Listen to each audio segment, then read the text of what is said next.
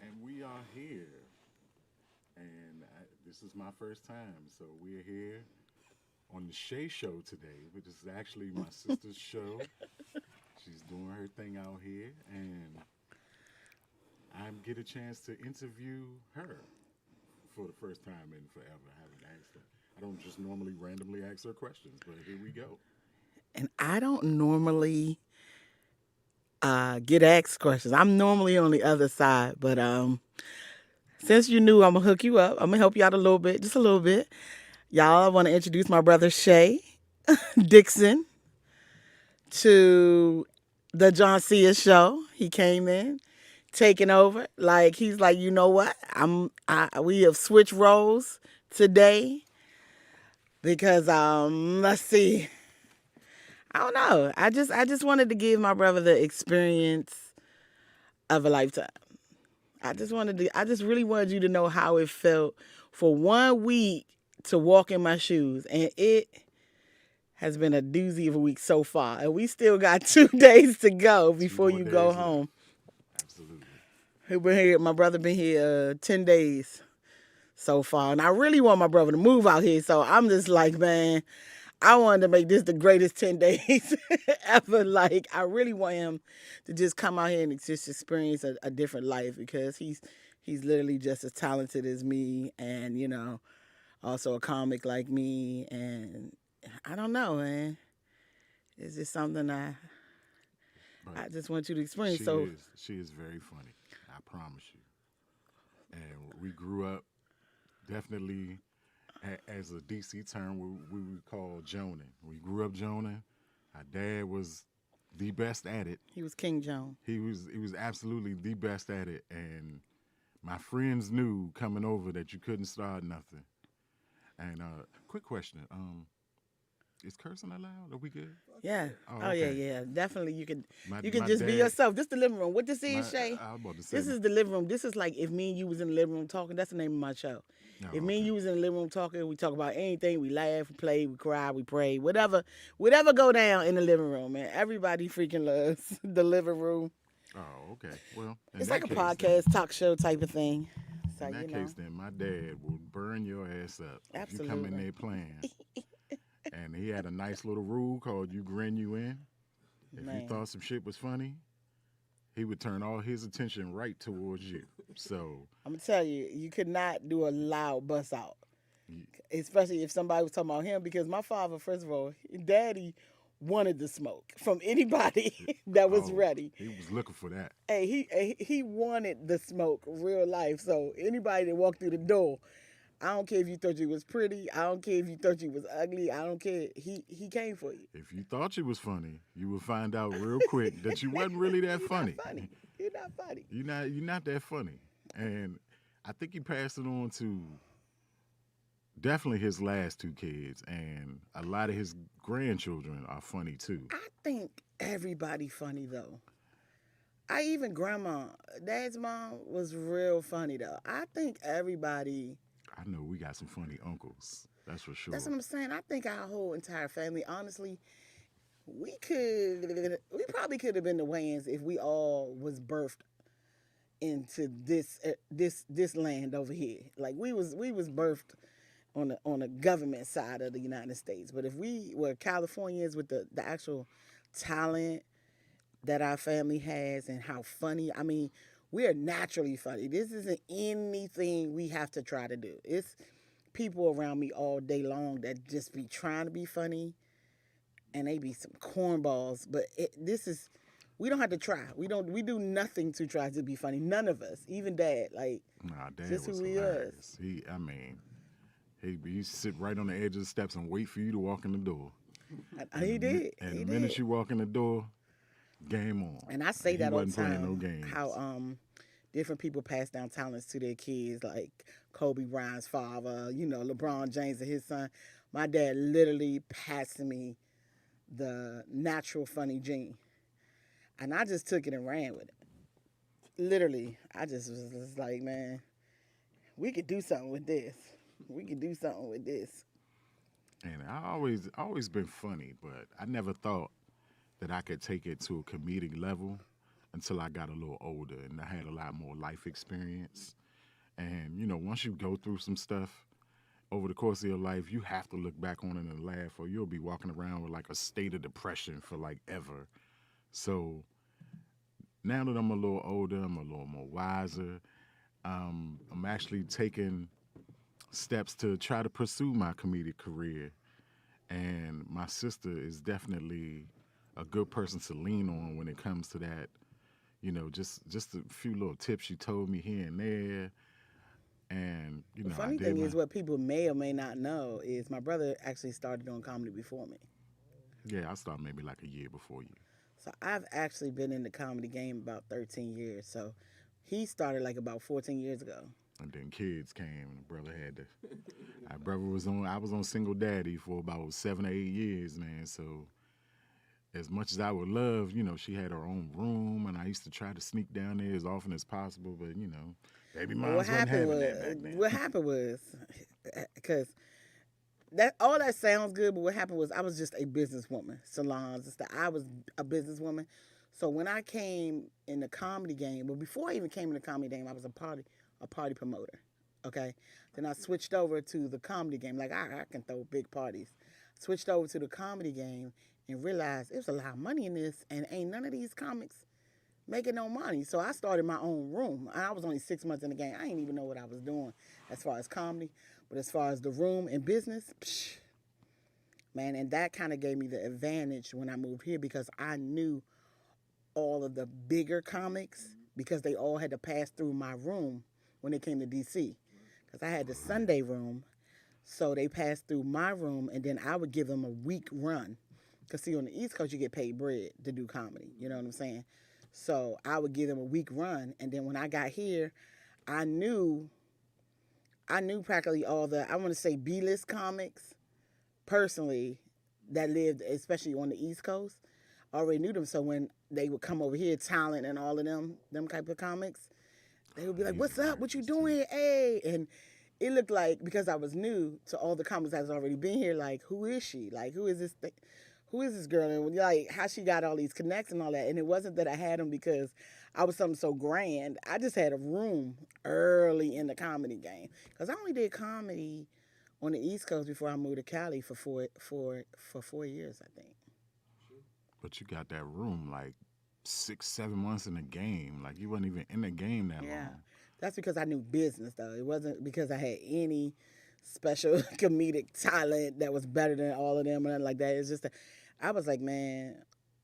And actually, when I came out here, I tried it, but whew, California let me know this is a whole new world. If you don't sit your butt down, like my poor room had about maybe 4 or 5 people, much like this chat right here, right now. We ain't promote. We ain't promote the show. Nobody knew that the show was on. It usually be at least 17 people watching. But it's all good.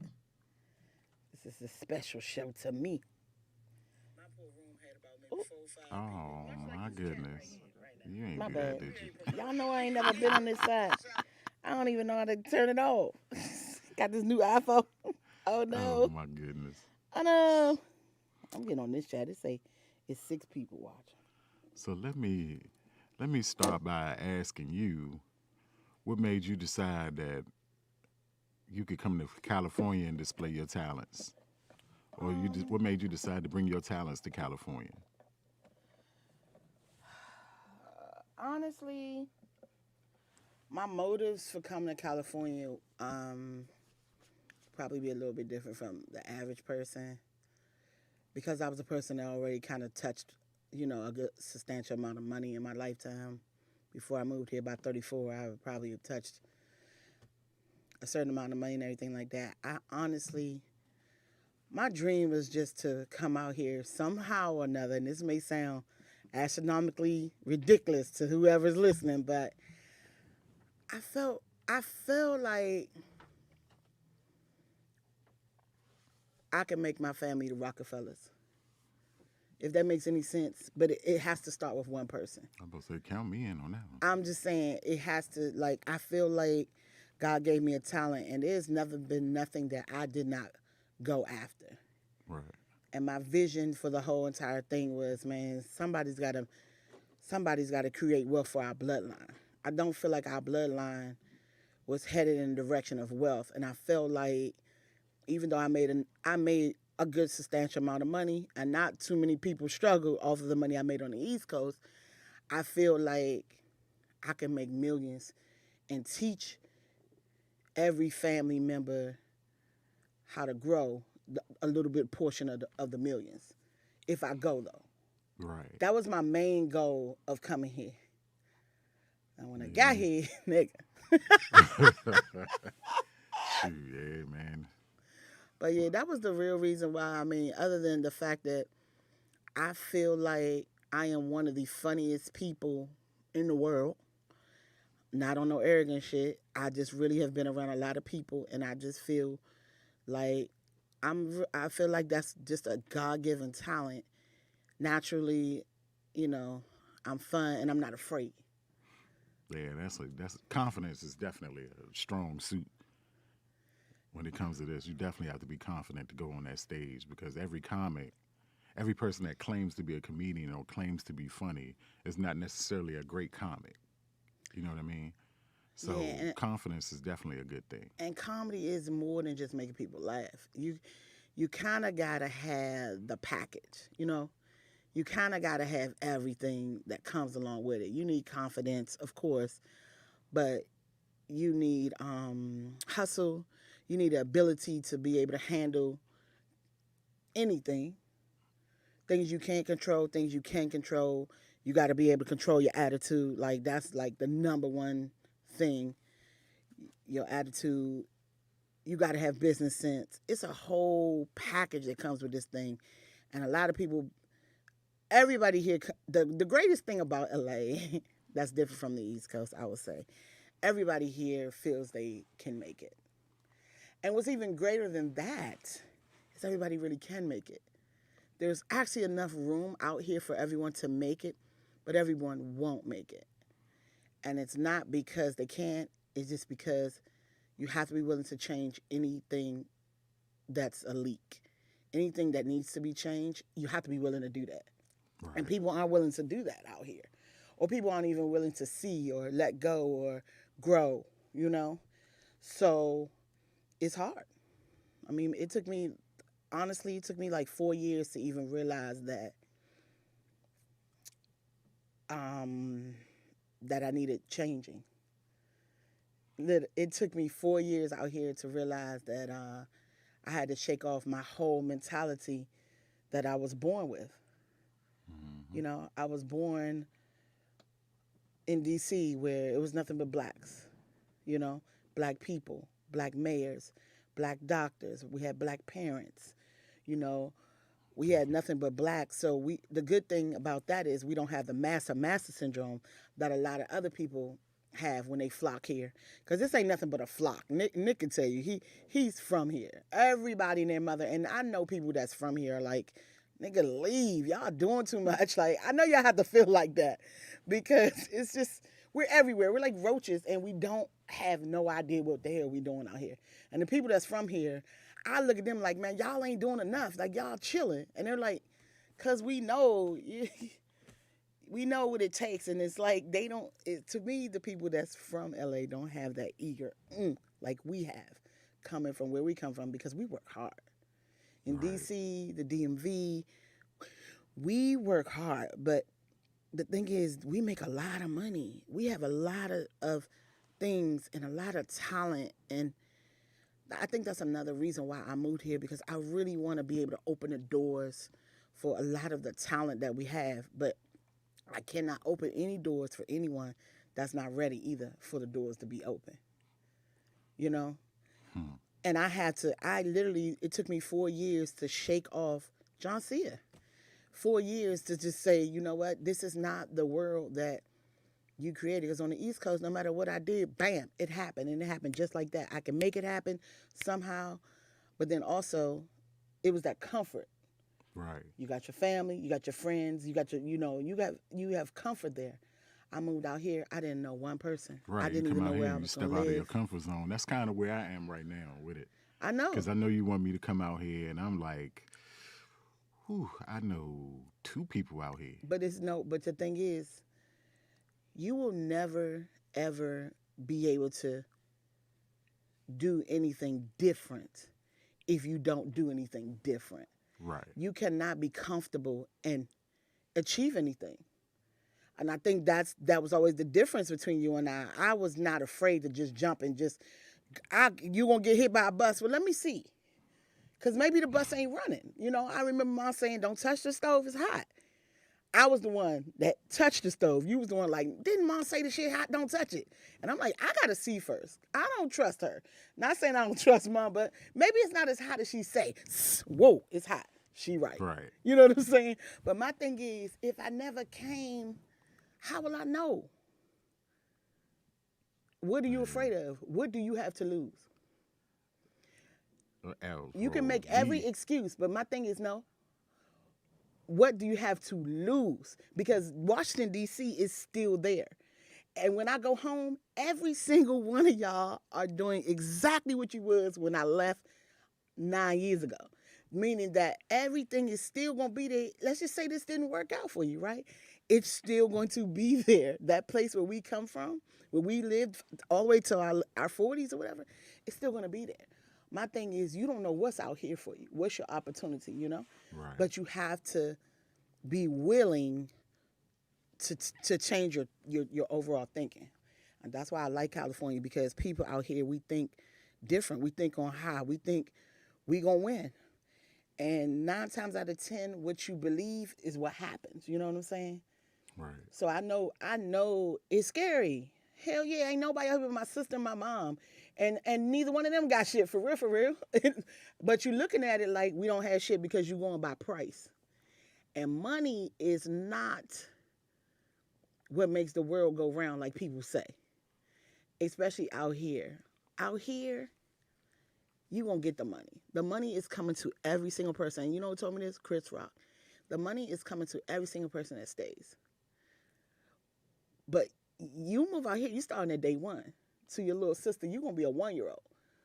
I mean, not even a 1-year-old, a 1-day-old. To your little sister who's I'm only 9 years old. Cat Williams told me, and I'm not no name dropper. I'm really sounding name droppy right now, but Cat Williams had told me that you are the age you are of the day you moved here. The days you move here. That's the age you Lord. are. So I am 7 days old, y'all. So, no, that's when you move here, you are a visitor. You are my not 7 days old, sir. My bad. I'm not. You've been here 7 days. Yeah, But the thing is, I can do this by myself. I have been doing this by myself. And if I have to, I will do this by myself. Do I want to do this by myself? No. Look at the weigh-ins.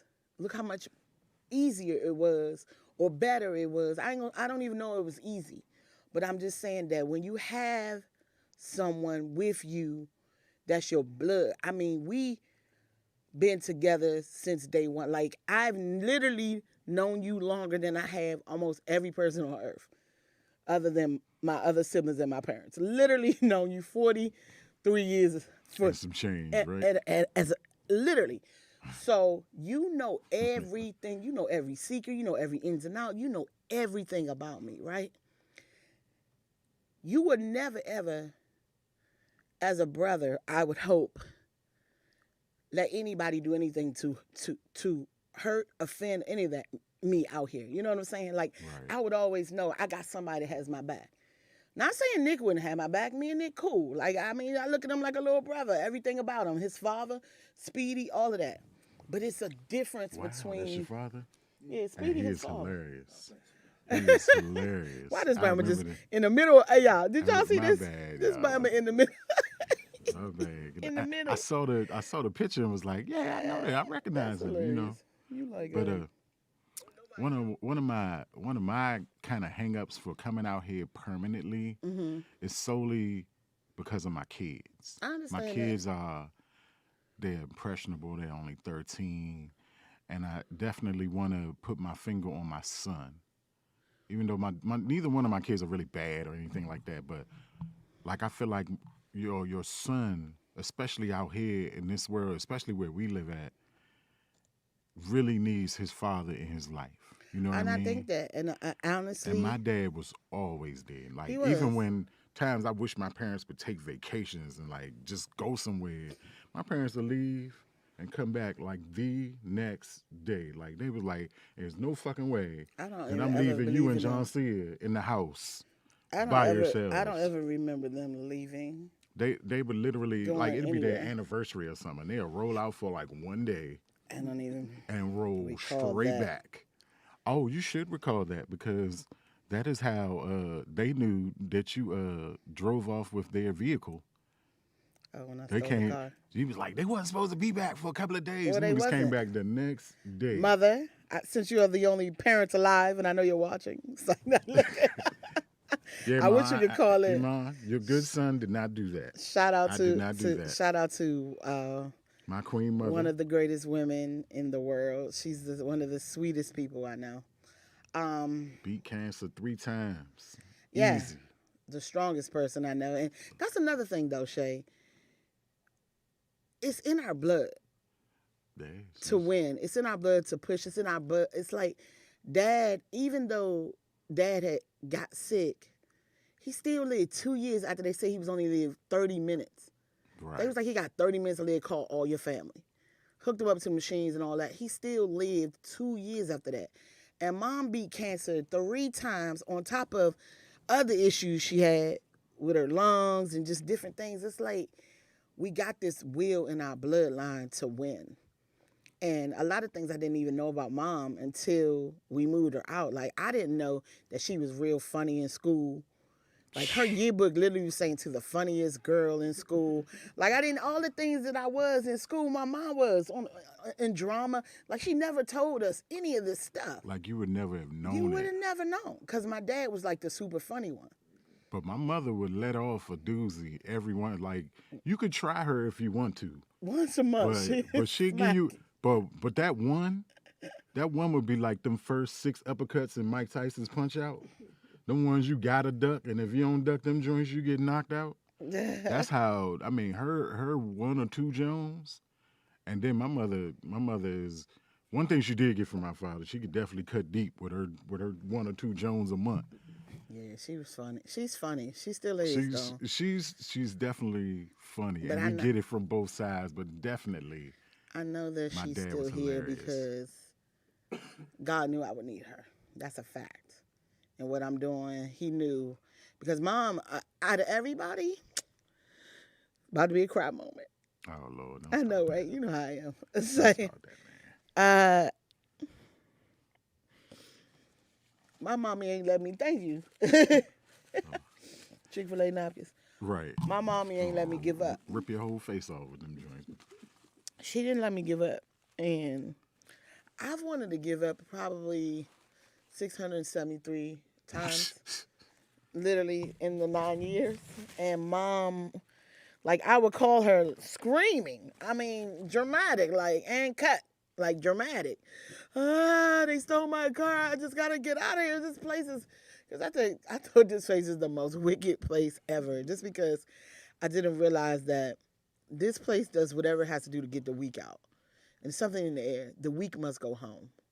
Like, if you weak, if you don't got it, if your mental ain't there, if you don't want to fight, if you don't want to be blown, if you don't want to be homeless, if you don't want to be hungry, if you don't want to be dirty, you don't come here. Like, in no way, don't come here. You know, This the nickname for LA is Los Scandalous. I Man, don't know if out-of-towners know that, but the locals all know that. We call it Los Scandalous. We don't call it Los Angeles. Los Scandalous? What's I that can mean? believe it. That's the city. Shoot, LA is rough, man. I'm trying to tell you. Everybody is grinding. Everybody is trying to get something. Everybody got to hustle. Mm. And that's the nature. Like, you have to. You can't. This is not an environment where you can have a job. You can't just sit be still. cool. No, you cannot. Like, if you, I tell people all the time, if you're the kind of person that just want to go to work, get the fuck out of LA. LA is not where you need to This be. is gonna drive your mentality crazy, nigga. Like, you can get a Bentley and feel good about yourself until you turn the corner, and then you gonna see 6 other Bentleys, nigga, in a Ferrari, and now you back on the grind. Yeah, your Right. Bentley's stupid out here. Like, don't even buy a Bentley. Yeah, so we call it Los Scandalous though. So y'all don't, don't put too much pressure on yourself. It's how I it goes. call it Los Ain't no Angeles, way I yo. would get a Bentley out here. I look at it like these Yeah, are it's Los like Angeles, $6 like a gallon out this joint. the angels here. I call it Los Angeles because there's people walking who I know was probably like me, came out with a dream and determined not to leave or start using drugs and just got hooked on it. And it's a lot of zombies walking around LA. Right. People Oh, who can man. sing, dance, draw. And that's another thing I love about this place. It's all about the arts. Mm-hmm. Where we from, it's all about government. It's government buildings everywhere. Right. Here, it's all the buildings of entertainment. Anything you watch on TV, the buildings are here. Like it's done here.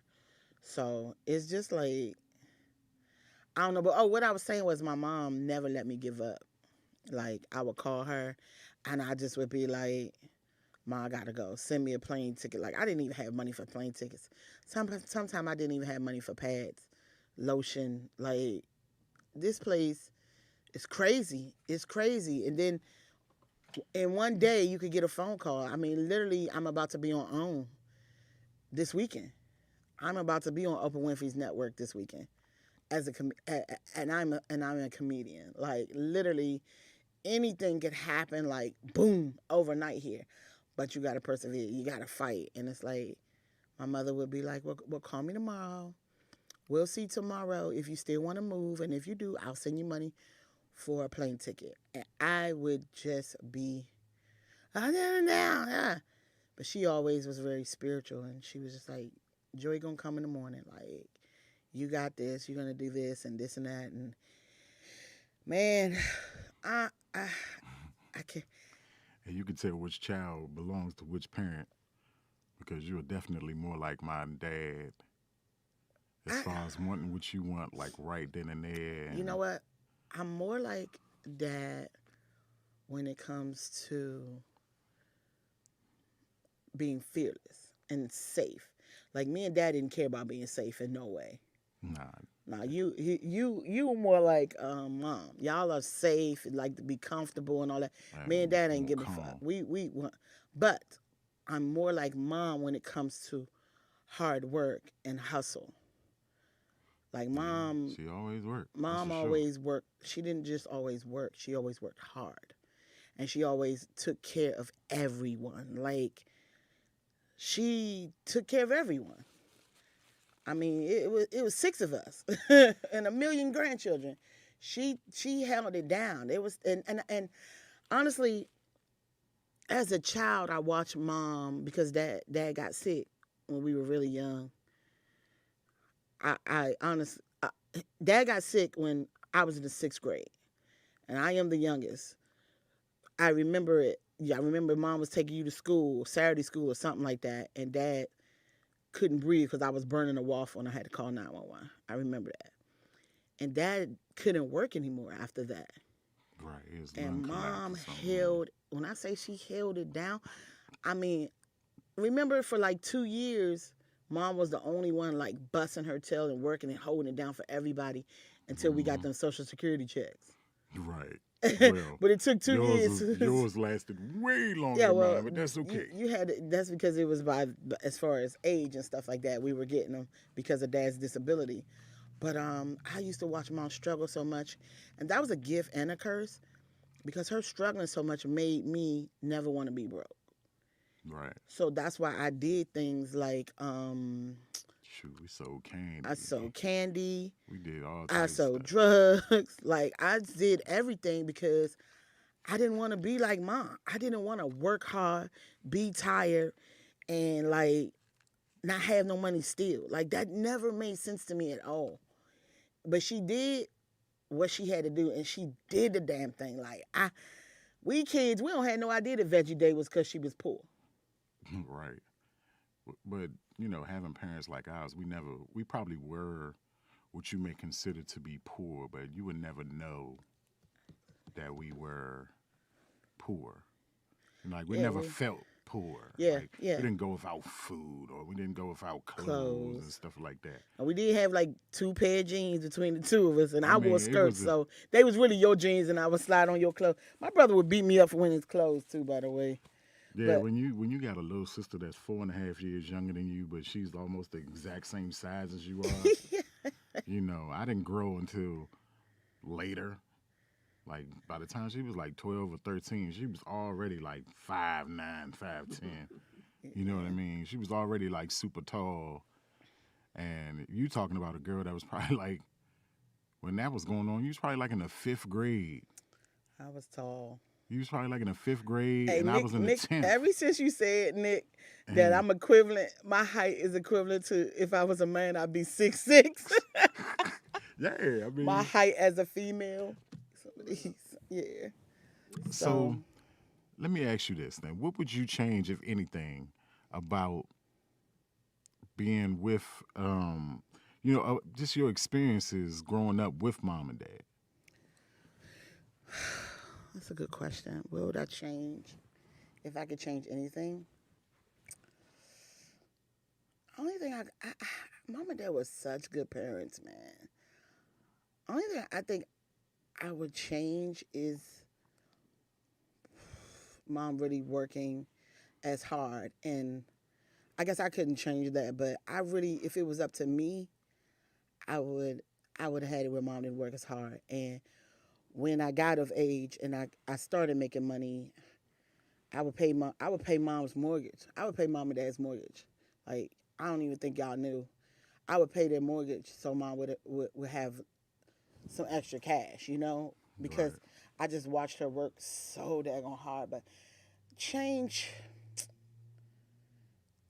I don't know, man. We had such a good time, and we had such a good family, and we had a large family. We just had, as far as childhood, I don't know. What I would you don't think. change? I think I probably would change the dynamic of the relationship I may have had with my father in my older years, and Hmm. I also would probably change, if I could change anything, like if I could control it, probably the amount of time that, like, I would really wish that my dad was still here, because he, like, believe me, he would eat this up. I'm about to cry. He would So, completely eat this up. I'm trying to tell you. To see both of his kids out here doing well, I mean, to see his two youngest ones anyway, doing well, and to see you out here doing your thing, I know dad would be like super proud. I know he would be. He was that person that was, no matter, to his dying day, he was just always there. And I wish he stayed here a little bit longer, because my kids loved him. I mean, I ain't even gonna lie, I think that's probably what kept my dad around. live. Yeah, you Like, had the twins. he loved my kids so much. I think he Like, was he would only. literally be like, "Oh, you coming over with the kids?" Shoo. All his energy would be dedicated strictly to give me one of them. Since everybody that knows me knows I have twins, and he would be like, "Look, just give me one of them, a bottle, a pamper, and some wipes." And he would definitely take one of them. And then one day, I never forget this, and I never had any more of a profound respect for my father. But one day, he knew my kids were infants, and I was on single daddy, and it was like I wasn't really getting no sleep. I still had to work, and this is a good thing, because Joncea used to step up, and I mean, by far the greatest auntie a kid could ever have. My kids, to this very second, if they walked in this room right now, I don't even think they would come sit by me. Even though my kids love their dad to death, they would literally go sit right by their auntie, because Joncea was always, always, always that good aunt to them. And I would just love for him to have seen how they grew up and what they look like now and how they act and different things like that. Because he was always that good. That was good, but he was also older too. You got to remember, we Yeah, were younger. They we were the had us bottom. kind of old. We were the last We the two. last two, But so I never forget this old guy who was probably like 71 years old at the time. Said, "Look here, man, make me like 10 bottles." He said, "Make me 10 bottles. The Pampers are over there, the wipes over there. Just make me like 10 bottles. Sit them up, and I got them." And he told me to go to sleep and let me sleep for like 16 hours. He was like, "Man, just go to sleep. You done already." I made this big thing of spaghetti, because I would just make like all kinds of food or whatever. And I made this big thing of spaghetti. He was like, "Man, I got food." He said, just make the kids some bottles, and when the bottles run out, I'll wake you up. And it was like 16 hours later. He was like, man, you sounded so good down there. You was so loud. I hit the bottom step. He said, man, I just turned around, went back upstairs. He was like, do you put 2 scoops in the bottle? He said, man, I haven't done this shit in like 30 years. And, and I said, yeah, 2 scoops is fine. And he had made like 6 more bottles. And he was just, I mean, these kids look like beach whales. By the time I woke up 16 hours later, he was. And you're not supposed, in 16 hours, you're not supposed to run out of 10 bottles. What people don't understand is he was sick.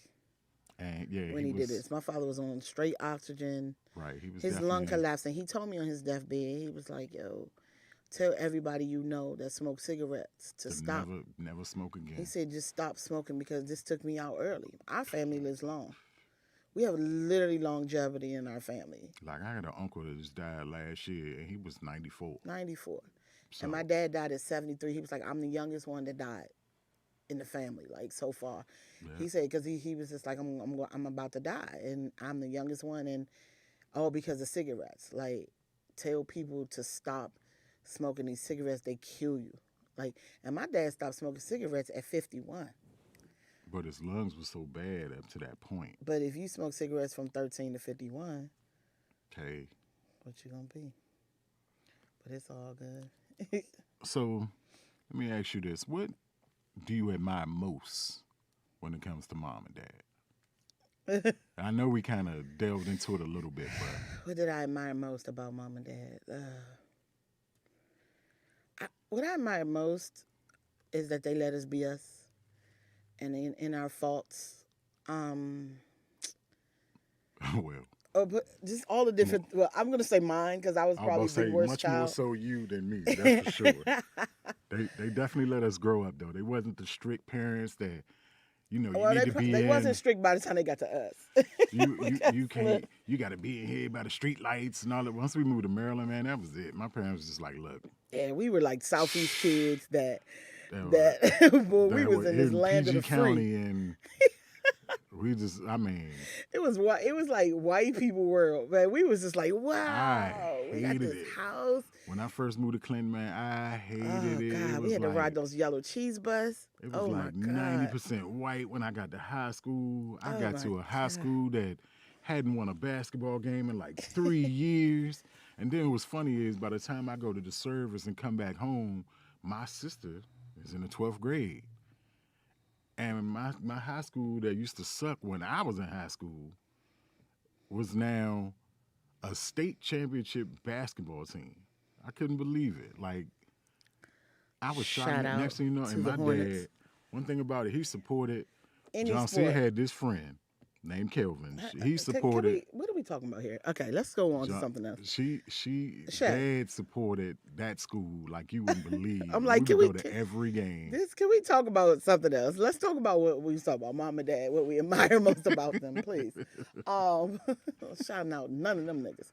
Anyway, what I admire most about dad is that he was funny and free. Like he let all of our friends, he was kind of like a dad to all of our friends. Hey. He did anything for anyone, any of our friends. Anybody needed a ride, just like you said, he used to go to the basketball games and support. I definitely admired that about him. And my mom, I just admired the loving person that she was to everyone. She always gave everyone hugs and kisses. She always told everyone she loved them. She still do. She was just like, I really admire her as a person. Just both of them were just like the coolest. Like, man, we lucked out. Looking at other people, some people and their stories and stuff like that. I don't have that story, man.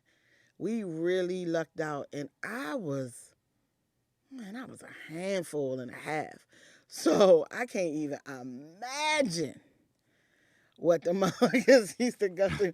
I remember one time I said something to one of them teachers or something, and I remember hearing my parents like laugh in the room like, yo, who is that girl? She goes so hard. They dying laughing. And I'm thinking about they like our age now, right? They like, man, she's 7. She goes so hard. Like, why she do that? Oh And my I can hear gosh. them cracking up. Like, man, we got one on our hands. Like, what the hell, man? I remember my Damn. dad telling me, when my mom found out she was pregnant with me that day, he was like, oh my God, how we gonna tell these kids? Here come another one. I remember she said she had ran out of birth control pills. Who, Ma? Yeah. She said she had ran out of birth control pills one day. And they got into it and popped up. That popped is up the from- grossest thing I think I've ever heard, man. Ew. They ran out of birth control pills? Who the fuck was taking birth control pills, man? That's crazy. Yes.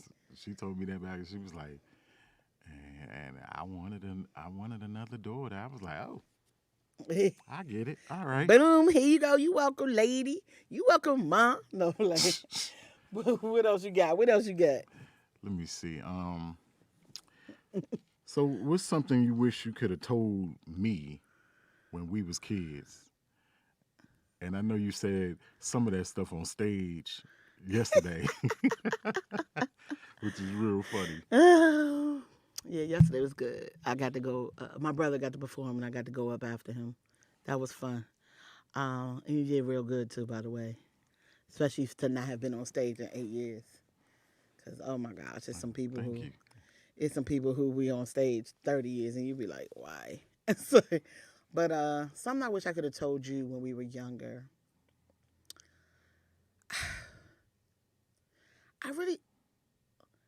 I just really wish I could have like had you be a little bit more I don't know, man, go hardish. I wish I could have like And that's funny because I was thinking this. I said, man, I wish she was more calm and demeanor like me. yeah, I think And she want me to be more like her. Yeah. Which is real funny. because But we would have really got in trouble together. You were so we my- were so opposite, man. I would be like, come on, let's do this car. This nigga like, but- is you crazy? We not stealing no car? Are you crazy? the funny part about you was Hey. you used to be like a world-class snitcher until you got to the point where you started doing your own stuff, and then you realized how cool I was because I wouldn't run back and snitch on you and none of that type No, of funny stuff. thing is, I was the snitch. I used to snitch on Gene. Used to play with dad's music. Oh yeah, I you was trying to snitch on. sing. I didn't know, I guess, as a kid, that snitching was a bad thing, and y'all would never tell on me. Like I could do anything, and y'all never ever snitched, which was Yeah, you crazy. straight up drove past me. At like 12 years old, you drove past me and let me walk to work, by the way. Drove right past me.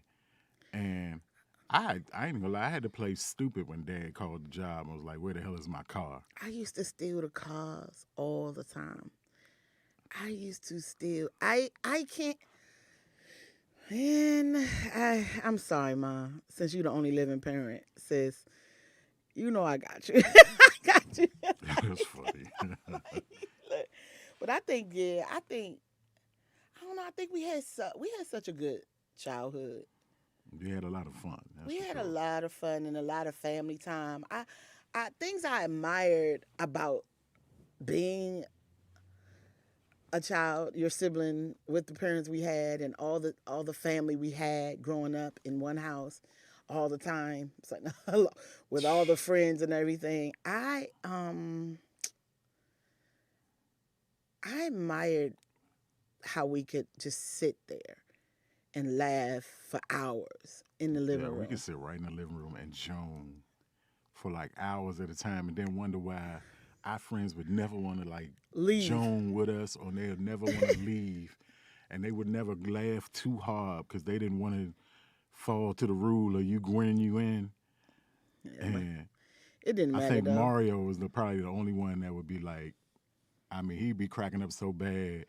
And Dad loved him. I mean, Dad loved those boys. You He know what I loved mean? everybody. He definitely loved them jokers. So he was just funny beyond, like, he could make anything funny.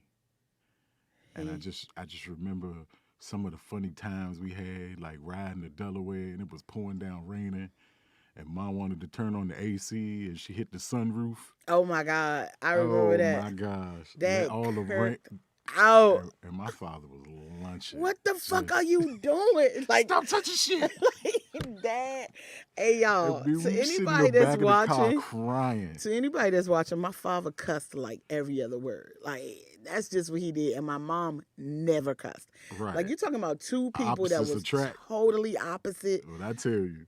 He was a Leo, she was a Taurus. Like I don't even know Leos and Tauruses that can make it past 2 months. Okay, And they was definitely together like 40 years. they was together forever. So the funny thing is, my mom would just do stuff because she's super green. Sorry, Mom. My mother was super green, man. And my dad, he used to just be like, man, what the fuck are you doing? Like, or she would be telling him how to drive. That's why they got one steering wheel, Renee. Like, damn. Like, that's why they got one fucking steering wheel. Like, he would be. Oh, my God. He would be tripping. We would be dying laughing in the back of the car, man. Oh, my God. I still remember that to this day. That was so. We sat in the car getting wet. We like, oh. We was so. And he kirked out so bad. I thought that was so funny, though. Me and you was literally elbowing each other, cracking up like I don't know what. You know what used to be funny? How we used to make Mom repeat. My sister is super petty when it comes to that. So what happened, Mom? And then what happened, Mom? And my mother would repeat that shit for like an hour straight. Me and my brother don't act like it wasn't you two, Angela. Hey, I'm pleading the fifth on this one. We would have man. my mother would tell a story, right? And we would purposely have her repeat for like an hour to see how many times she would say the same thing. God. We'd be like, oh, for real, Mom? So what the lady say? She said, because my mother talked like the nanny, right, y'all? My mother talked like, she would be like, and she got nerve to come to work, and she said that she wasn't even going to move her stuff.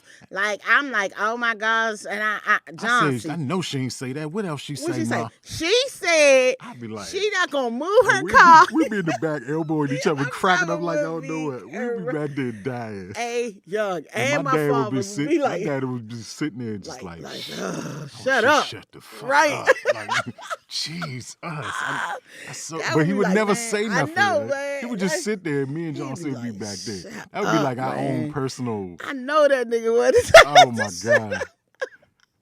That used to be so hilarious. Oh my goodness. Greatest things ever, though. So, what did you want to be when you grew up? Like, what was your aspiration in life? As a kid, Mm-hmm. as a kid, I always wanted to be 3 things. I wanted to be a stand-up comedian, always.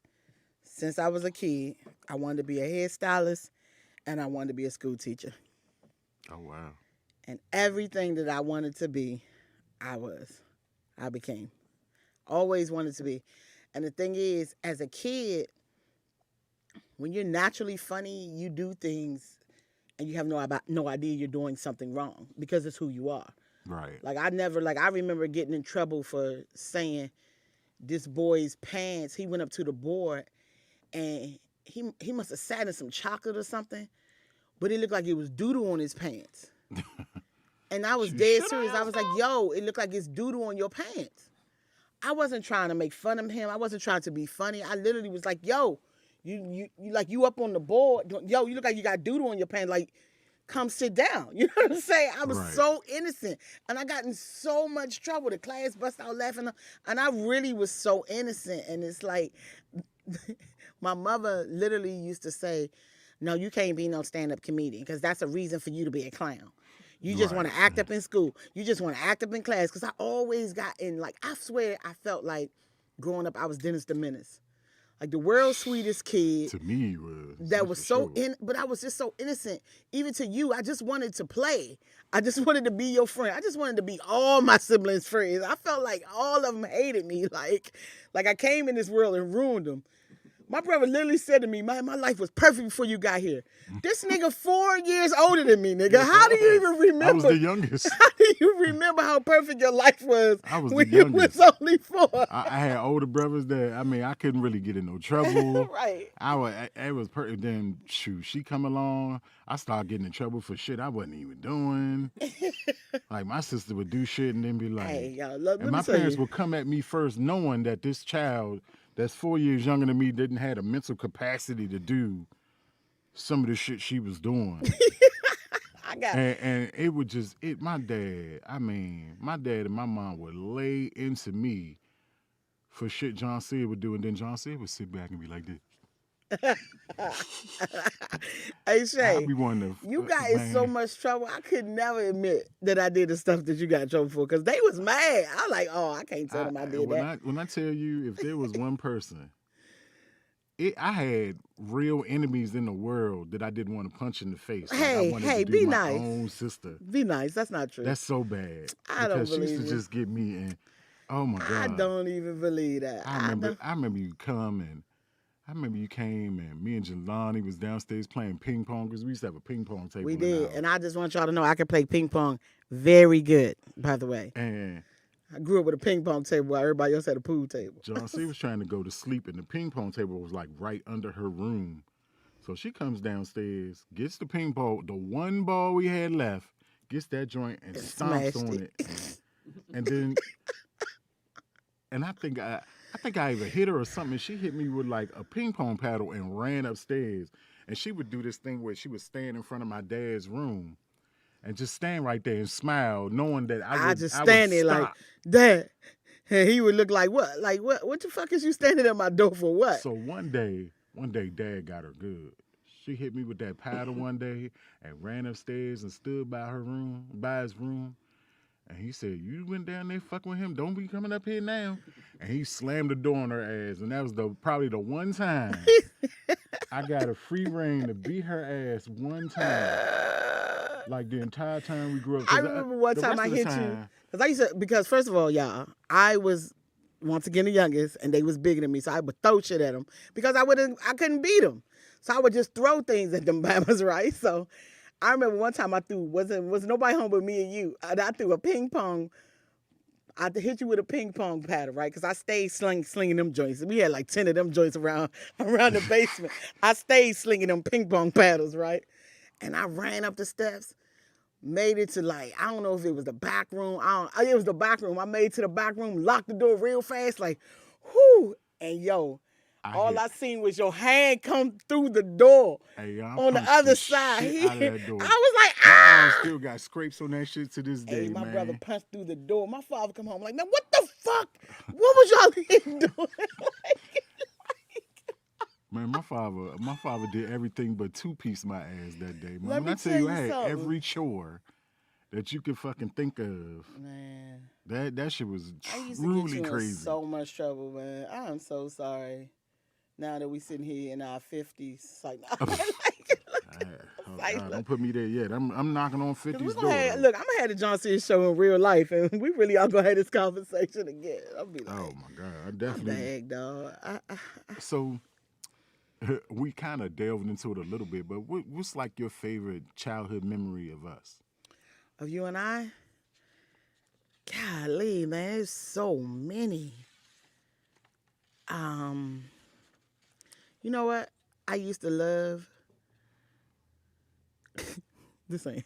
I used to like when we used to sleigh ride. Oh yeah. Out back, and when we used to play kickball in the street and baseball in the street. Yeah. Those were some good memories. But you know what? That's what we had. When I used to fuck with my brother so much, y'all. My brother would make like 2-3 peanut butter and jelly sandwiches, right? Brother trying to grow, you know what I mean? My mans would put the jelly back while I would take the sandwiches and run. I would take like one of this nigga sandwiches. I'm pretty killer. And yeah, he'd be like, man, come on, man. Like, I would always do little stuff like that to him. I used to get it from, because you ain't know, it reminded me, I used to get it from like the cartoons, how the Road She Runner. remind me of like D on I what's was happening. like, Dio. She's just that annoying. I'm a snitch on you. Give me some or else. I was hurt. It's your dish week. And now I'm like Roger Thomas, fat ass mother. No, but Oh, I was, shit. I was like, Mama, I can't breathe. I was like her. Life is like, what's the worst? I know this. You supposed to be asking me questions about. What's the worst whipping? Do you remember the worst whipping we got? Oh, Man, I remember the worst whipping we got. Remember we said we was gonna count the licks because we knew we was gonna die. Oh my God! You remember? I remember. Let's see, the worst Because whipping you I ain't got. get that many whippings like me. The worst whipping I got. And yeah, we got our ass whipped. And here's the bad part. Ma, yeah, it's like that. The worst whipping I got. I called I'm hanging with my boys and we was like, oh man, we ain't gonna go to school today. I was still going to Woodson Junior High. I was still living in DC. Oh, we ain't gonna go to school today. And everybody that said they wasn't gonna go to school ended up going to school. So I'm sitting out here waiting on everybody. And I didn't go to school. And first thing they do is call home and ask if I was all right. So I walk in the house and Dad goes, hey, so how was school today? And I'm like, yeah, school was all right. He's like, How old was you? I was like 12. And he was like, it's funny, your teacher just called and he's like 3 of your teachers called and said you didn't come to school today and you normally have like perfect attendance. I said, I went to school today. He's like, come here for a second. And my father backhanded me like motherfucking Jimmy Connors or somebody just whoosh. And then he tells my mother, and I end up getting a second ass whipping after she got off work. I'm gonna tell you the worst whipping we got once you finish. I just never forget. Like, Dad, I guess he probably spanked me more because he just would yell at you, and you would play some tears and play, and Dad would fall for that shit every time. Shay, you didn't even do nothing. Joncea would to get whippings. Only Oh, whippings I you got used was because of me, for real. Even when I'm about to tell you, remember when we egged Erica's house? Y'all egg Erica's house. I didn't do that shit. You did. Everybody did. I was the ringleader, though. Everybody did. We threw eggs at this girl's house because she wouldn't let us swim in the swimming pool in it. And Listen. and the sad part is we used to go over that bitch like 4-5 times a week. Right. But And we she couldn't this go this particular one day. time. But we was And kids. these niggas lunched out. First of all, listen, I remember like yesterday, Mom was like, she called me and she say, Miss Bihari said that y'all egged her house. And her van. Did you egg her house? And I was like, no. No, Ma, I ain't egg her house. And she was like, oh, okay. Okay. Well, she said you did, but if you say you didn't, then that's fine. Okay. So she come home, right? And she said, Joncea, come here. I come up the steps. I'm about 7, 8 years old. I'm like, hey, Ma. She said, so did you egg Erica's house? And I said, no. She said, okay, so if you didn't egg Erica's house, Then who did it? where are my eggs? Oh, shit. She had the egg container open. I said, I ate them. She said, Joncea, you ate 11 eggs. Oh, shit. How I leave one egg, though? How was I smart enough to leave one egg but not replace 11? Like, how was I? That's how you know I was my only a God. kid. Man, Mom she fired us up. I remember, I think you got like 40-something licks, and I got like 20-something, like 28 licks or something. Because when we said we was going to count them, because we knew we was about to get 8 up. Man, it's hard to keep count when you getting your ass fried up. Hey, let me tell you something. Mom, My mother was a world championship ass whipper. she only whipped us when we embarrassed her. She ain't really whip us like, well, me. Well, nah, she used to fuck you up. Yeah, I did get Joncea used to get more whippings than the average because child if I by knew I far was and getting a away. whipping, then I just went ahead and did it anyway. If I knew I was You was gonna like, get, shit, I'm gonna get fucked up anyway, so. if I knew I was gonna get it anyway. But it's 12 o'clock. Look at this, Nick. You watching it? What you doing over there?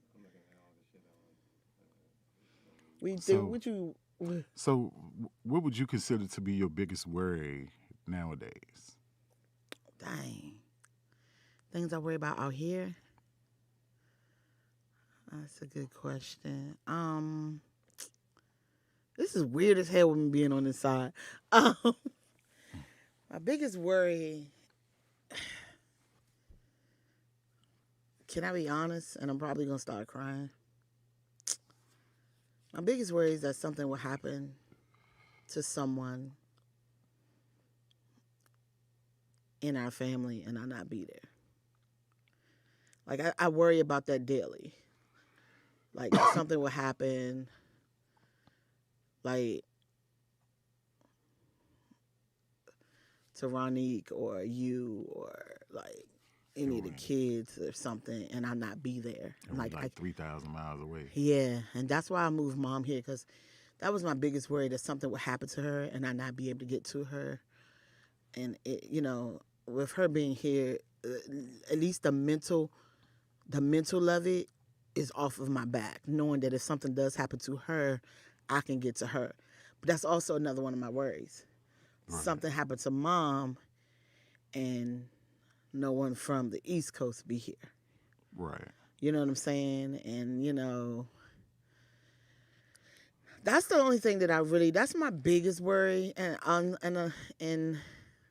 it's always in the back of your mind, like, what if I don't make it and I tried or something like that? But that's not a real worry. But that's just something that will come through your mind every now and then, and you can push it out like, man, whatever. I'm going to make it. I'm cool. But if anything, because I don't worry a lot. I don't trip too much off of nothing. But that's like one of my biggest things, like getting a phone call saying something happened or, something happened and I'm not there. Right. And we got a lot of older folks in our family, so yeah, that's kind of like my issue, I guess, being on the other side and not wanting to get a phone call saying something happened on this side where, yeah, or if I decided to move here, I wouldn't want to get a phone call, especially if something going on with my kids, I think you can move. I think you can move your kids here, by the way. Well, I think that would be excellent. Clearly, here. You don't know their mom, but okay. But you can't say none of that until you try. You never know. You don't know their mom. You just never know. You know her, but you don't know her clearly. I mean, she moved before. She. You just never know. Oh well. I ain't even gonna put her business in the street, but yeah. I'm definitely more worried about my children to this point. Mm-hmm. I at least want to get them out of high school, at least. I know they're both very smart A students. I can get them. I mean, I'm sure they'll go to college and all that sort of thing, and that's kind of where I'm at with it as far as that goes. But I think they would be very good out here as far as acting, and it's just so many opportunities. And like I said, it really took one person to go to be able to breed the rest of our family to kind of come to this world and understand this world. And it's a lot. It's a lot of change that would have to be made, but you have to just kind of like do it. It ain't no ifs, ands, or buts. You either do it or you don't. We can find every reason not to, but I think many people have many more things in life would be way further in life if they found every reason to do it. Right. Instead of every reason not to do it. I mean, you saying that, and I feel like, to be honest, it's only really 2 reasons for me not to be out here. Absolutely. It's only 2. Other than that, I literally... Because I didn't move until all the kids was in college. I will admit that. I literally would not even blink. I wouldn't even hesitate because these 7 days have been beyond fun. And a couple of days, we didn't even do that much. Like one day, we did so much the night before that we slept the whole next day. Yeah, you was tired. I ain't gonna lie. I could have kept going. Hey, Nick, this is what we do. I was running on fumes like Look, Thursday. I was no good. Shay was like, man. No, was it Wednesday? What we doing today, man? I'm tired. I was like, you want to just stay? She's like, have you eaten anything? I didn't get up to eat nothing. It was like 2 o'clock. I had sleep for breakfast, sleep for lunch, sleep for brunch. I slept, man. When I tell you I slept, but you also was on East Coast time. You probably on our time now, but you was probably for the first 3 days. I ain't gonna lie. It took me about 4 or 5 days to even get adjusted. Cause I'm sitting up here, I'm missing all my shows I normally catch at 10 o'clock, but realize it's only 7 o'clock in the morning. I say, man, I'm waiting for Stephen A. Smith to come on at 10. And realize I done missed the whole show because 10 o'clock here is 1 o'clock where I'm at. So I literally, I mean, I'm much more adjusted now, but I'm literally just getting into California time, and it's probably gonna take me like 2 days to get back into Maryland time when I go back home. Really, it doesn't. We only 3 hours apart. So if you sleep on the plane the 3 hours, you catch back up. Shit, I slept all the way over here. That don't mean nothing. It's because you mentally. It's a slept over here. It is a mental thing. I feel great. Yeah. So that being said, let's say a scale of like 1 to 100. Like how happy are you here in California? Oh God. That hit. That's a good question, ain't it? How a scale of 1 to 100? Uh-oh. Let me find out what your friends like. Vernice, I am doing the Joncea show. I just wanted to make sure you was at work. I'm about to look on now. Sorry. I ain't see you. Niecy Pooh. So ghetto. I just wanted to make sure you was at work. That's one of the kids. This is just ghetto world Make we sure live you was in. at work. Right. And what was you gonna do if she wasn't at work? Right. 3,000 miles away. How happy am I? On a scale of 1 to 100 or 1 to 10? Because 1 to 100, that's easy. Dag, let me see. I'm happy. I'm probably 76. So what would make it? What's that, a C? C plus? What would get you to? Or a B? Like maybe 82? Yeah, like maybe 82% happy. So what would you get? What would it take to get you to somewhere in the 90s? Let's say. Golly, I mean, from 0 to 100, 82% happy is pretty good. I don't think anyone will ever be 100% happy, but what would make me happier is if all my family was here. I can't tell you no other lie. My dream is to have a compound where it could be like 6 or 7 houses on it, and everybody move here with their families. That would make this dream 100%. I can't even lie to you because it's already a given that I'm going to be a mega superstar, and as humble as I could say it, this is who God created me to be because it's just so effortless. The satisfaction that I get, just like something like right now, I'm in my element, you know? Right. And it is just a given. It's just a given. So knowing that you, just like everything else I've done in life, I do it. No matter what I say, whether it's good or bad, I do it. So if I say I'm going to be a mega superstar, that's what's going to happen. However long it takes, however that looks, that's what's going to happen. And the greatest thing that can make this 100% is if my family was here. Because I know the difference in the peace on the West Coast and the East Coast. Yeah. If nothing else, the peace is just different. If nothing else. Because I know on the other side, I would have never been able to get this kind of good sleep.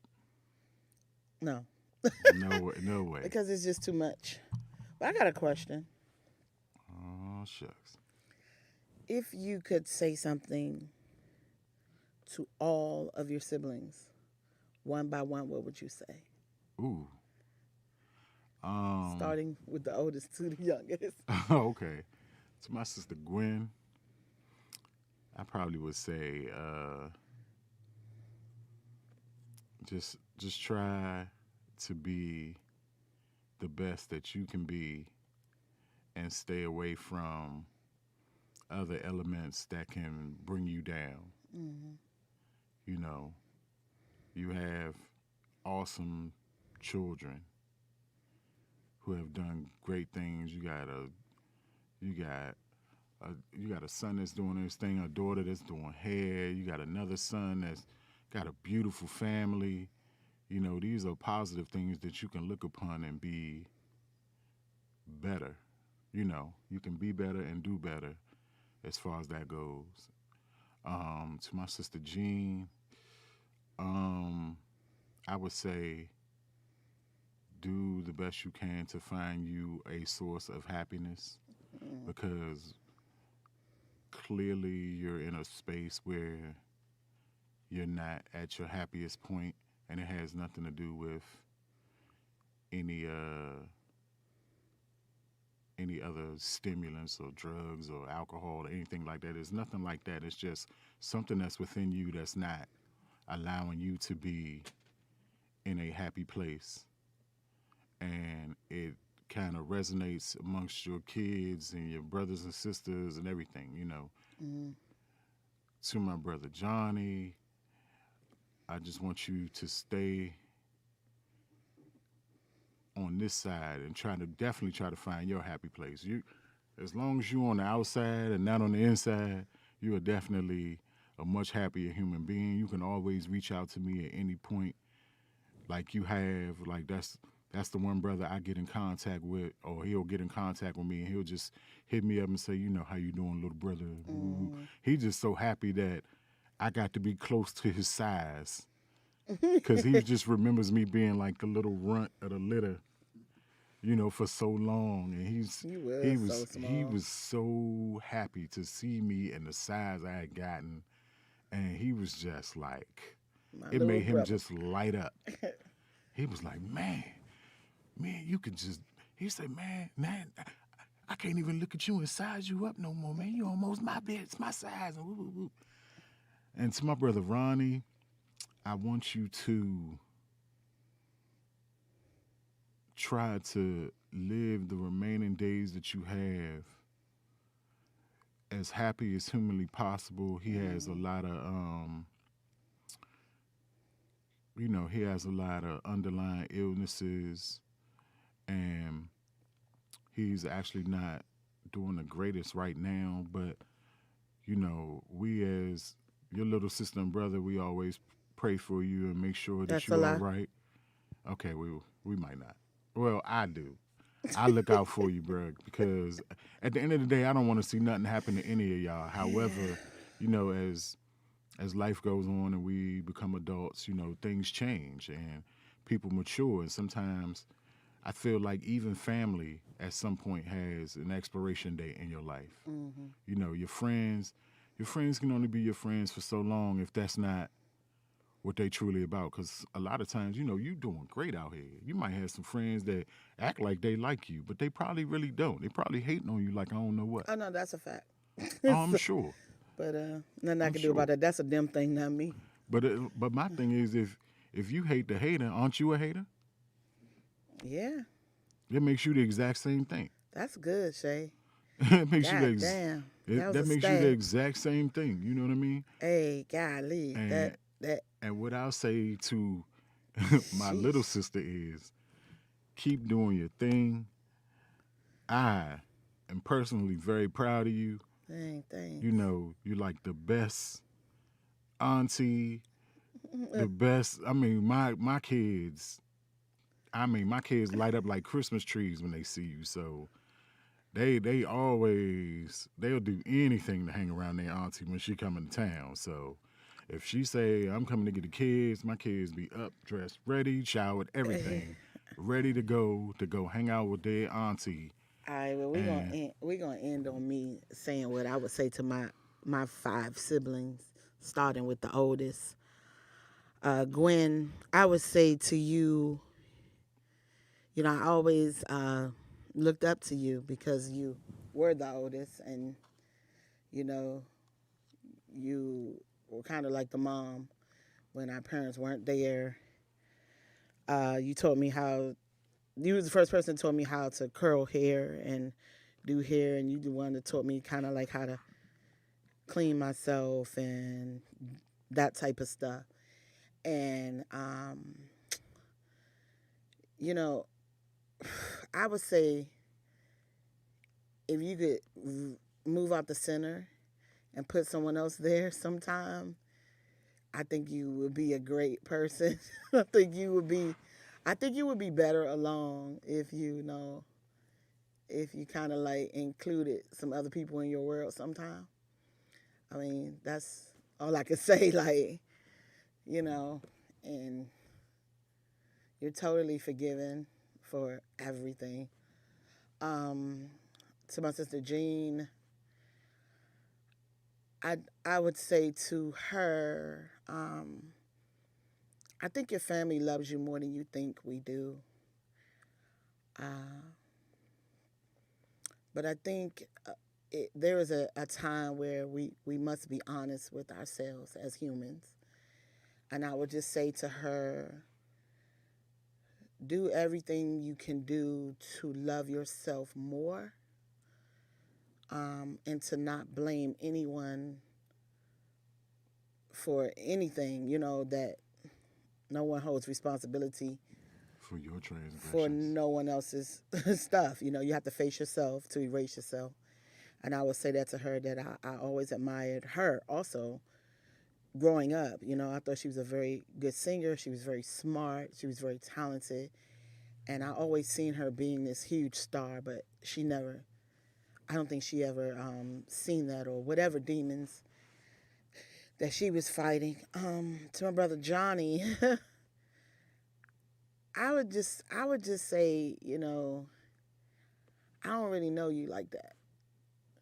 That's all I can say.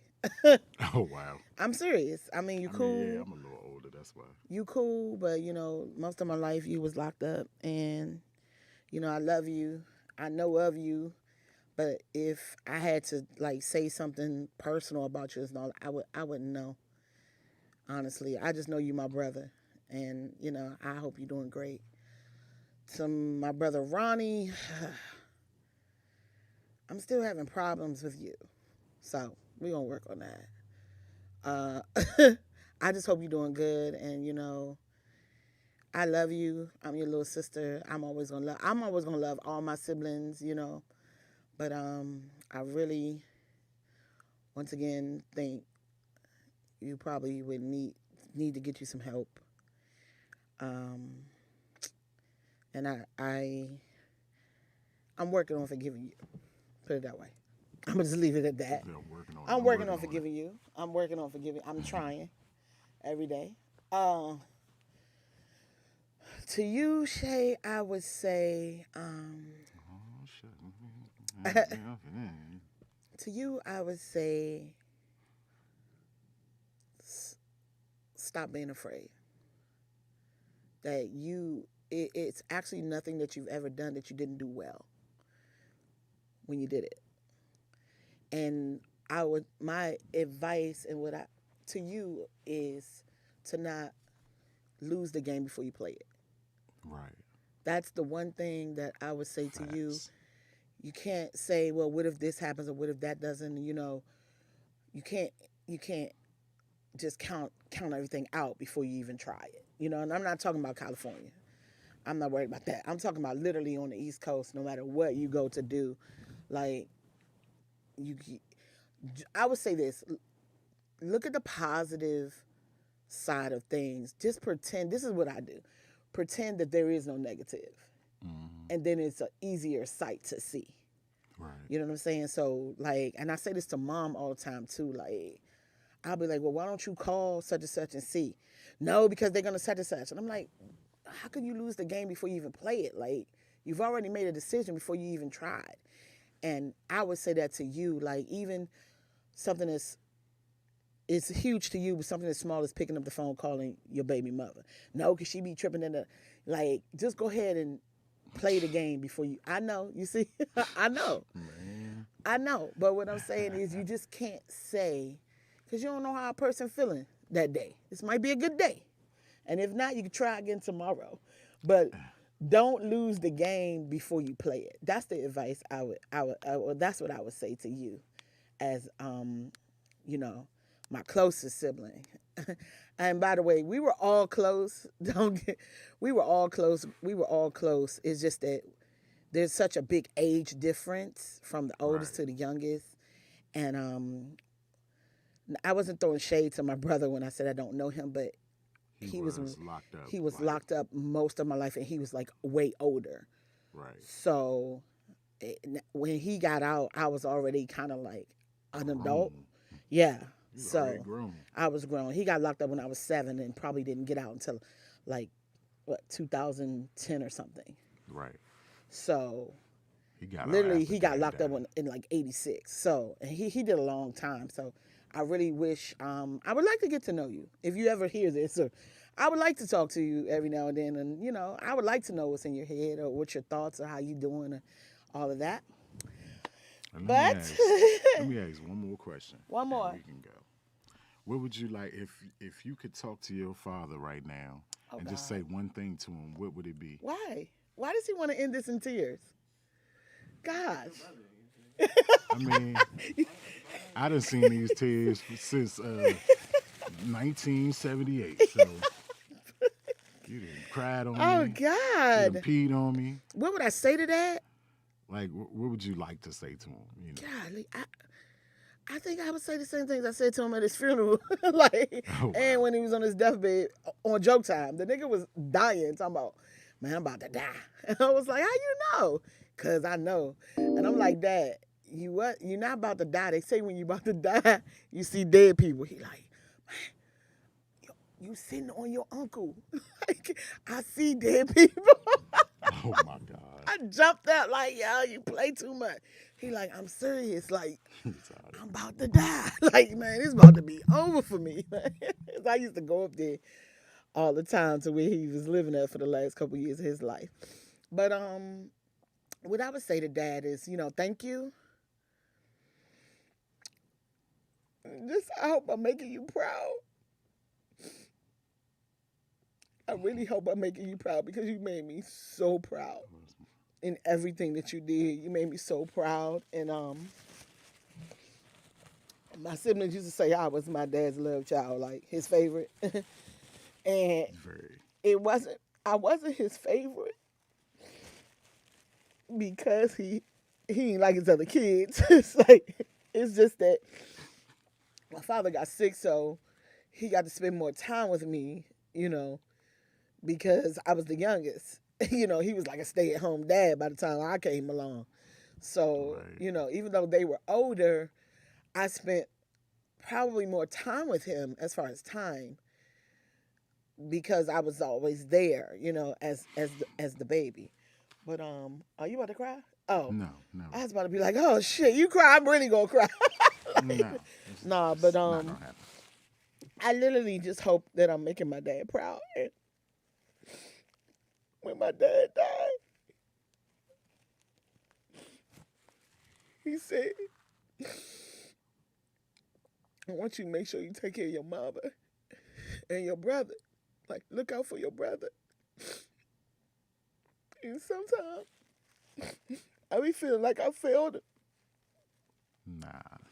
Sometimes I just be feeling like I done had nothing but fun since I've been here. I selfishly, left my family. And it wasn't that I selfishly did it, but sometimes I just feel like if I didn't leave, a lot of the people that's in certain situations in our family wouldn't be in that situation. And sometimes I feel like I failed my dad when it comes to that. But I just hope with the decisions that I've made, that I hope I make him proud. And I hope that, my mom is proud of all of I us know she because is. she's such a great person. I just hope she's proud of all her kids and grandkids. And God, you made me cry with that. Damn. It's like, I did not expect to feel this way, but that's about it. I just hope that I'm fulfilling what you asked me to do, and I just hope that you looking down on me, and I hope you proud, and I hope you send me an amazing husband. It's like that because I have not been able to mess with nobody because of you. No, like I'm matching every dude up to you, and it just ain't coming. It just ain't happening, right? Like, so I don't know. What would you say? Shit. I goodness. I'll say that I'm really happy to have had Oh Lord. someone like him in my life, and Mm-hmm. someone, the male role models that I had in my life, and he was definitely the main one. Like I could never, he was like the perfect example of how a father should be. Mm-hmm. You know, he was definitely hands on, but he had a side to him that everybody didn't get to see. He was funny. He taught me a lot. You taught me how to be a man, how to. You were like the great example of how to raise your family, raise your kids. And I could never be like, I hear a lot of stories about deadbeat dads and stuff like that. I could never be a deadbeat dad to my kids because I never had that type of example growing up. Like my dad was always there. Yeah. Even even in his last days, he was always there. He loved my kids, and it was. I mean, to be honest, I feel like it kept him around here as long as his body could hold up, Yeah. as long as his outer frame could hold up. But his spirit will always be with me as far as how to interact and handle my kids in certain situations and how to handle certain family members. Yeah. And these are things that, these are life lessons that have been passed upon me where I'll never forget it. You taught me how to drive. You taught me how to Yeah. dress, how to tie a tie, Yeah. how to play basketball. Just a good He father, was man. like, hey, if you Damn. don't want to play basketball, play football. Do something with yourself. Yeah. But he taught me all of that. I was that kid that had that father that would throw the baseball around with him and throw the football around with him. He did all of that when I was young. And he was I it's funny now because I do that with my son and I just crack up because I remember the same look my son has on his face was the same look I have on my face or I had on my face when Mm-hmm. he used to do that with me. And like to him it wasn't no big deal, and to me it's not really a big deal, but to that child Yeah. you can't get those moments back. And this is a PSA to all dads. Like, memories don't cost a thing. And I say that often to my kids. Memories don't cost a thing. You can never spend too much money on a memory.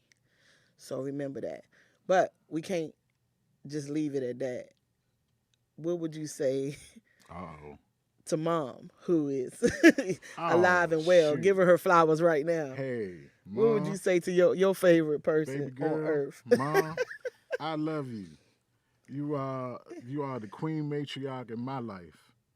And you taught me way more than anybody could ever teach me because a mom is always going to be a mom. She was always nurturing. She was To her always son. Say encouraging. no. She was always just that mama that supports whatever it is you was trying to do. I told her I wanted to go to massage school. My mother was like, look here, when you do it, try to be the best that you can possibly be, Hmm. but don't massage me. So, That's but my hilarious. mother was always, she Don't was massage me. always such a great, I had a great set of parents, and my And mom was the greatest. My mom, I never forget, just the look on her face a couple of days ago when I went and saw her, and my sister left for maybe like an hour. And when I tell you my mother talked for 59 minutes and 48 seconds of that hour, oh, she said, did Joncea leave? Okay, good. I had to give y'all time because But you hadn't yeah, seen her in a she while. talked to me the whole time. She asked about the kids. She wanted to talk to the kids. I said, Mom, the kids in school. You can't do that right now. Mom talks to the kids all the time. But, she was just the greatest. Like my mother would work her 8 to 10 hours, come home, cook for a bunch of people, Yeah, she did. watch her little shows. Girl, you was And a superhero, my man. mother, here's the bad part. we had a bunch of big TVs in the house, and my mother would watch the tiniest little TV. in the kitchen. That was her. I'm about to watch a TV like a little 14 But inch now screen that you're an and be adult, her right? own world. Now that you're an adult, right? Don't you see why she stayed to herself in the kitchen? She just wanted to get the fuck away from everybody. She was a beast. She stayed in the kitchen and watched this little TV. She watch her little TV, read her little books and stuff, and she be in her own little Her world. little Bible. Oh my gosh. She had Be like in her Bible favorite study room by in the herself. house, in the kitchen. Don't come for her. That's what we're not Hey, doing. that's my boo. I love her. Don't get me wrong. She like to eat. Let me say this to And she Mom. love my cooking, so. Let me say this to your mom. Give you your flowers while you're alive. I want to say thank you. Oh my goodness. I know, right? Don't restart. I'm such a sucker, man. God, who made me this sucker? Like, y'all, being a baby, I had to cry my way out of everything. So, no, look, but I just want to say, Mom, like, thank you. Thank you for teaching me how to cook. Thank you for being a great role model on how to take care of family. If it wasn't for you, I would not have been able to do the things that I did with all of those kids. Because I watched you take care of all of us. I know. Like sometimes by yourself, with no income but yours. Yeah, thank you for teaching me how to cook, Mom. Because of you, I'm literally most likely about to have my own cooking show on Oprah Winfrey's network. So, like, when I was a kid, I'm not gonna lie, Mom, I thought it was a little bit too much to be 9 and 10 cooking for 28 people. I thought that was a little extra as a child while all my friends was outside playing.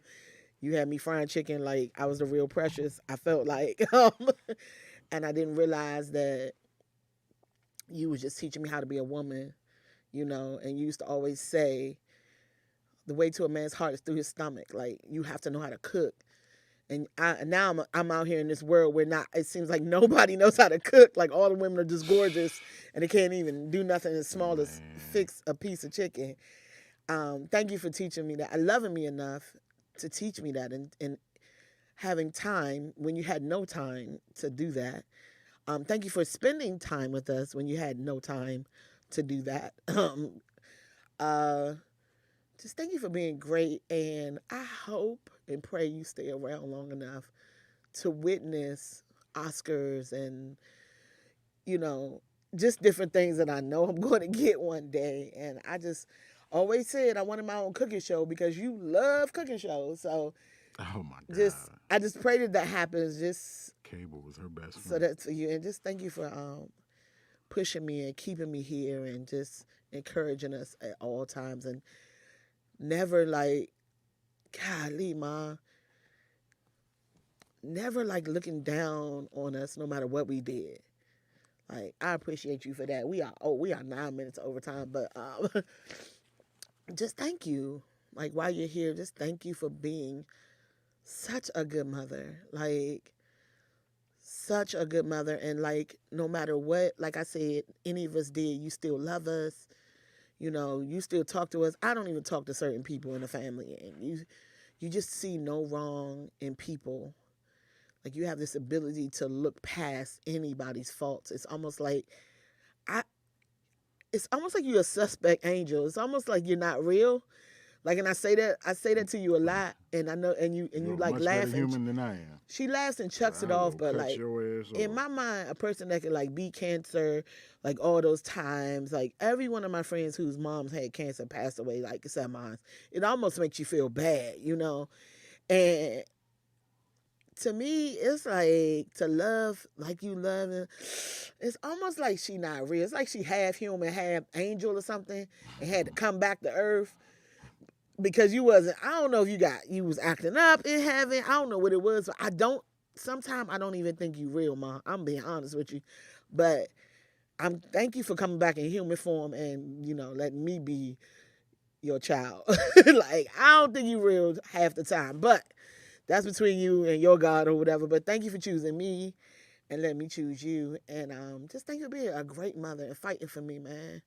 When, you know, your sister and all these people like had something to say about me moving here. Like, you know, Mom, our conversations and stuff, your friends, just everybody like taking a stand against everybody and their opinions about me. Like, thank you for like taking up for me and just being a great person, period. And I just hope to one day just be as great as a person as you are.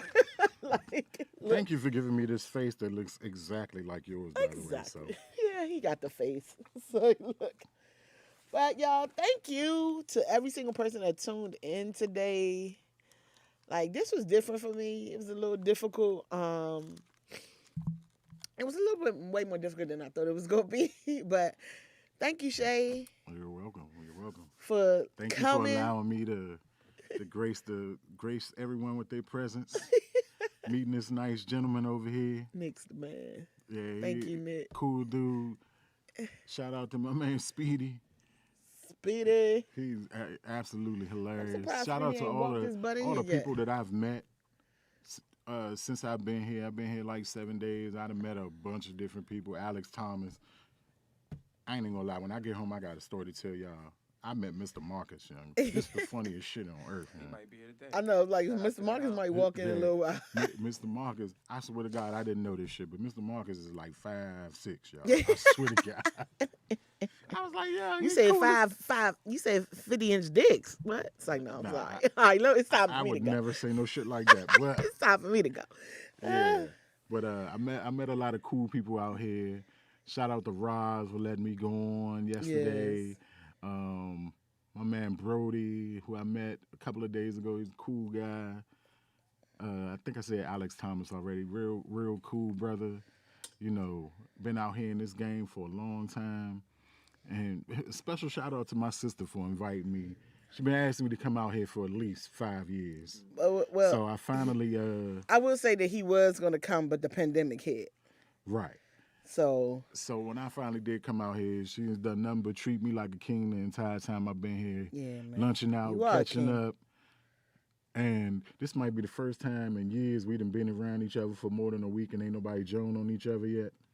Because this used to be like, this is probably where it started from, because me and Joncea used to joan. We would start on each other. And then my dad would overhear something, and then he He started come out like, going it's a in. party? Right. It's a roasting party y'all didn't invite me to? And then my friends And would by come the way, y'all, my over. father ain't had no teeth and was bald headed, yo. He did not care. That was like 2 things he gave you. I got 2 Jones right here for you. You get started so I can burn your head. I was about to say, try it if you ain't got nothing to do. Hey, That's Daddy, all I'ma tell Daddy you. used to say to me every single morning, he used to be like, go back to bed. You ain't getting enough beauty rest. You looking real ugly right now. Go on back. Every morning, man. That was wild, man. He wild as was. shit. But thank you, y'all, for watching the Joncea Show. Thank you to everybody in the chat. Thank you very much Shout for out checking to me out, y'all. Deborah, Dana. My mom been on here the whole time. I'm watching.